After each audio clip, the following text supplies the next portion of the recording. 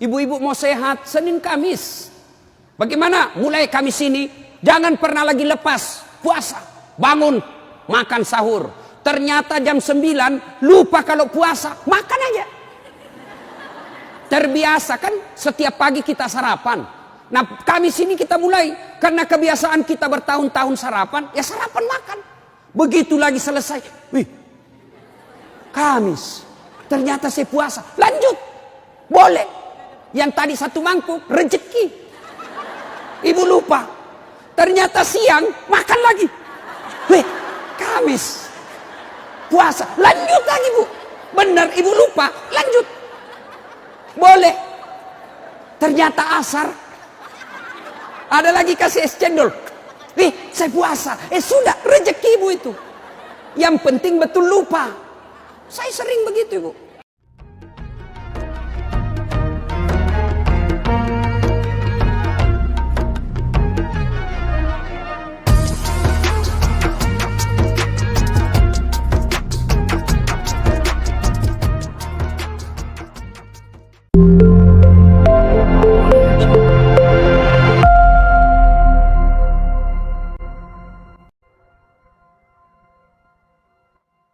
Ya, puasa yang paling baik, puasa yang tidak pernah ditinggalkan Rasulullah, puasa Senin Kamis.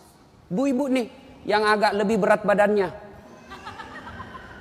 bukan gemuk, cuma perbandingannya kurus. Bukan, orang bilang Ustadz kurus betul, bukan kurus, kamu yang gendut. Yang lebih berat badannya, yuk terapi Senin Kamis.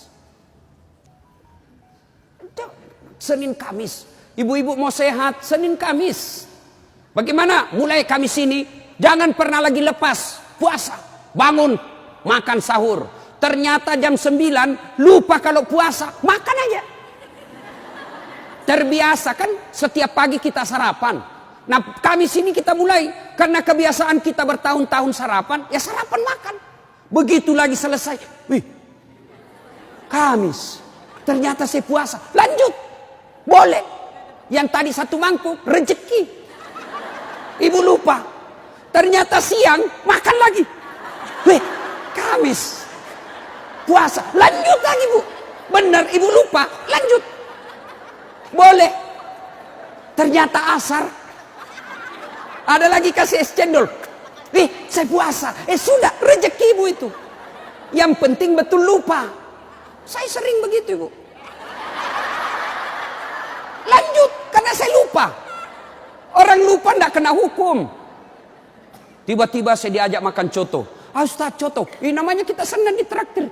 Begitu habis, saya puasa rupanya. Tidak apa-apa, lanjut.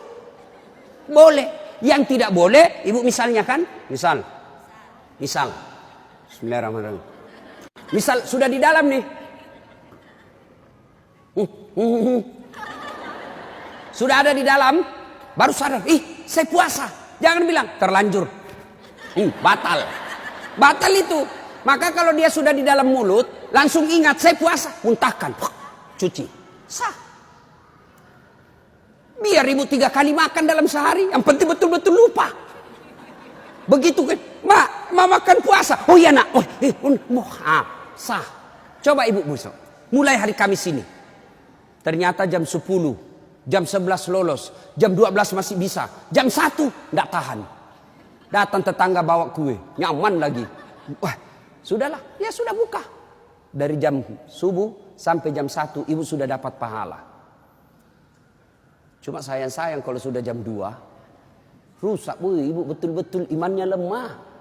Masa sudah setengah jalan masih mau buka. Tapi pun kalau buka karena sakit, silahkan buka. Sudah dapat pahalanya itu. Coba mulai Kamis ini.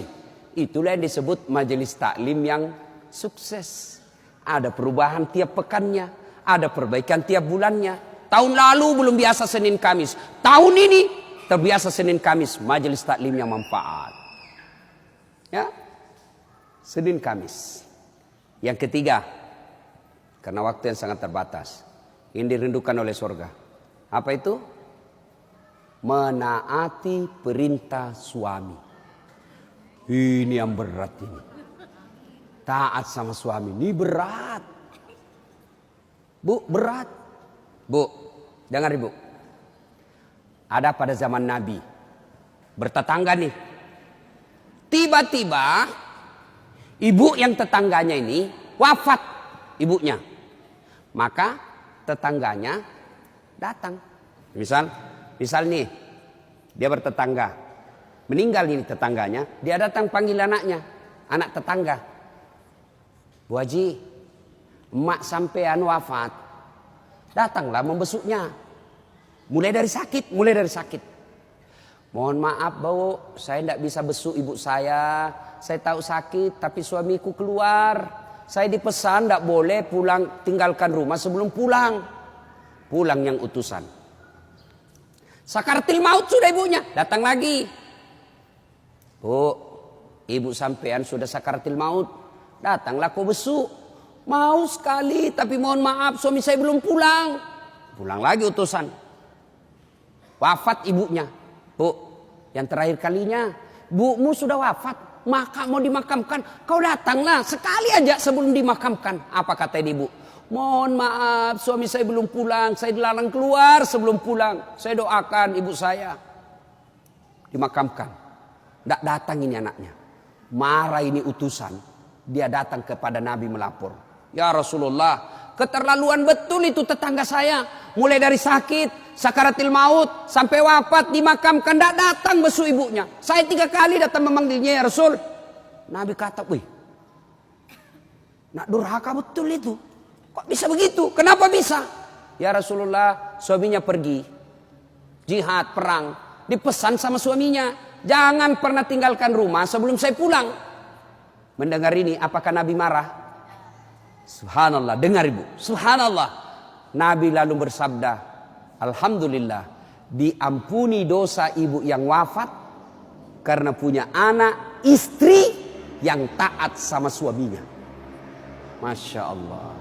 Kira-kira masih ada istri zaman sekarang begini? Masih ada. Baru 10 menit pergi suaminya, dia telepon temannya. Datang aja, suami saya sudah keluar. Bu, taat sama suami. Itu pintar redanya ibu masuk surga. Ibu mau tanda fungsi utama suami? Bu, halo ibu. Pintu fungsi utama seorang suami. Ibu mau tahu? Mau tahu ibu? Jalan pintasnya ibu masuk surga. Passwordnya masuk surga. Kenapa? Ridha suami itu ridhanya Allah. Kalau ibu sudah ridhanya, suami sudah ridha sama ibu, Allah tersenyum kepada ibu. Sebaliknya kalau suami tidak senang sama ibu, tidak pernah baik hatinya suami sama ibu, percayalah, susah ibu masuk surga.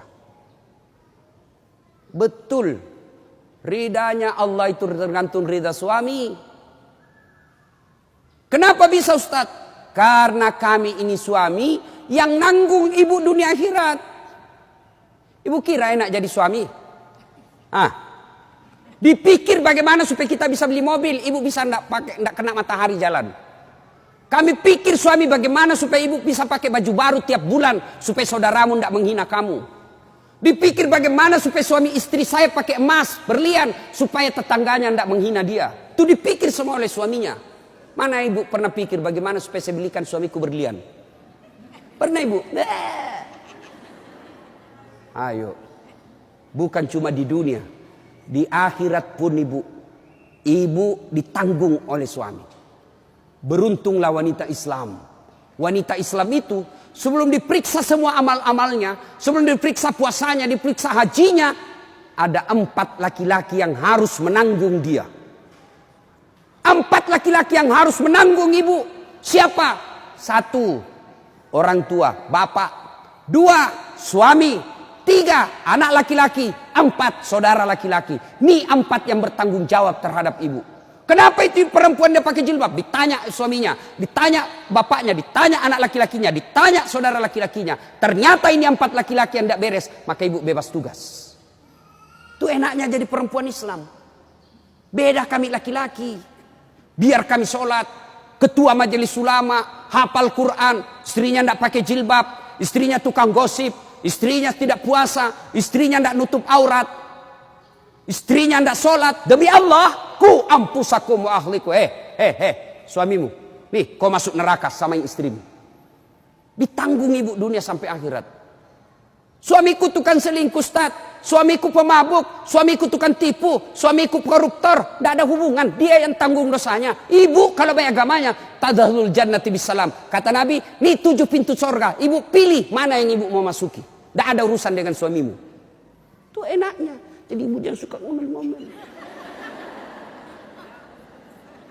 Beruntunglah ibu menjadi wanita Islam. Supaya sekali ngeluh, suami saya Ustaz. Ini lebih parah lagi, dia curhat di Facebook. Ada juga ibu-ibu sekarang suka sekali ungkap aib suaminya di medsos. Di mana di kau? Tak kusangka kau begitu. Kesepian banget, Fred. Apa yang begini? Ya, ibu taat perintah suami. Passwordnya ibu masuk surga, ridha suami. Tapi kalau ibu durhaka sama suami, susah. Perempuan sekarang kan banyak yang tidak hormat sama suaminya. Ketika Nabi Isra Mi'raj kan diperlihatkan. Masuk Nabi surga, Masya Allah banyak betul penghuni perempuan. Begitu Nabi masuk neraka, na'udzubillah min zalik, lebih banyak lagi perempuan di neraka. Lalu ditanya Nabi sama sahabat, kenapa bisa begitu ya Rasul? Ada 2 kelemahan perempuan. 1, tidak bisa tahan mulutnya cerita kejelekan orang. Yang kedua, dia tidak taat dan tidak mensyukuri suaminya. Itu sebabnya. Kalau ibu pandai mengendalikan mulut tidak cerita orang. Yang kedua, taat sama suami. Gampang ibu masuk surga. Cuman kita kan ini penyakit kita. Datang begini masih gosip tuh. Damai tapi gersang.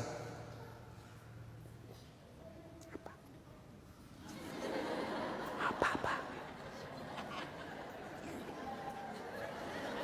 Apa sih? Enggak, gue tuh bertanya dong. Saya pun digosip. Begitu saya lewat, itu juga bajunya waktu di TV One. Ada urusan. Nenek ibu nih. Palsu. Aku tahu. Hitam tuh di gelangnya. Palsu. Palsu lipstiknya. Kenapa kau tahu? Tuh melengket di giginya. Semua dia habis dosanya. Ibu, 1, sholat. 2, puasa. 3, taati suami. 4, jaga harga diri. Jaga harga diri. Bagaimana menjaga harga diri seorang perempuan? Bermula dari pakaian. Ibu-ibu jangan lagi pakai jilbab apa itu. Untung sekarang kan ada istilah jilbab syar'i. Dulu kan ada ibu-ibu pakai jilbab tapi ketat. Celananya ketat, bajunya ketat. Akhirnya apa? Jalan seperti orang di kampungku bilang buras. Tahu buras ibu? Hah? Lontong. Lontong. Coba lontong kalau dibuka kan masih ada kentara itu anunya, bekas-bekas ikatannya. Bu, wanita soleha, istri yang baik, pakaiannya tidak seperti itu. Salah satu menjaga harga diri, tidak pernah keluar tanpa izin suaminya. Kan biasa ibu-ibu keberatan. Kok suami lagi? Tapi ingat ibu, ridanya anak ada sama ibu. Allah itu maha adil. Bu mau masuk surga, bakti sama suami. Suami mau masuk surga, bakti sama ibu. Itu putar aja. Jangan lagi ada yang cemburu. Ustaz, saya serumah mertua saya. Kenapa ya suami saya perhatian betul sama mamanya? Sudah punya anak yang lain. Kok suami saya terus dibebani, beli ini, minta sama suami. Saya bilang, bu sadar dong bu. Bersyukur suamimu begitu. Mudah-mudahan nanti anakmu pun sudah menikah dengan wanita lain. Dia masih memperlakukan kau seperti ibunya sekarang. Jangan malah sentimen. Suami saya begini, suami saya begini. Ibu berapa tahun sama suami? Baru 25 tahun. Itu ibunya dari perutnya. Saya heran kalau ada perempuan cemburu sama mertuanya. Tak sadar. Gimana nanti kalau ibu punya mantu yang juga kurang ajar? Mau? Maka saya bilang sama istri saya, boleh kau maki-maki saya, boleh kau hina saya, boleh kau lempar kepalaku, yang penting tidak kena. Satu yang tidak boleh, jangan kau lukai perasaan ibu saya. Begitu ibu saya luka perasaannya, kau pembuat sial, keluar kau dari rumah. Tidak ada toleransi. Begitu mestinya kita jadi istri. Kalau ibu-ibu masih susah hidupnya, koreksi aja deh. Barangkali durhaka sama mertua. Nah, bagaimana mengabdi kepada orang tua, bagaimana mengurus anak, insya Allah lain waktu dan kesempatan kita akan lanjutkan. Akhirnya kita simpulkan, wanita yang ingin dirindukan surga, 1, pelihara sholat. 2, 3, taat pada perintah suami selama perintah itu tidak melanggar agama. Yang keempat, jaga harga diri. Insyaallah kalau ini kita lakukan, maka Nabi jelaskan, silakan masuk surga, tadkhulul jannati bisalam. Silakan masuk surga dari pintu mana yang ibu mau suka. Subhanallah. Inilah tausiah kita, mudah-mudahan ada manfaat. Terima kasih Ibu Li yang berkomunikasi kepada saya selama ini. Mohon maaf jika selama ini ada komunikasi yang tidak berkenan, dan terima kasih sehingga saya punya ladang amal untuk datang di tempat ini. Mudah-mudahan ada manfaat. Ibu-ibu masih mau dengar ceramah saya? Masih?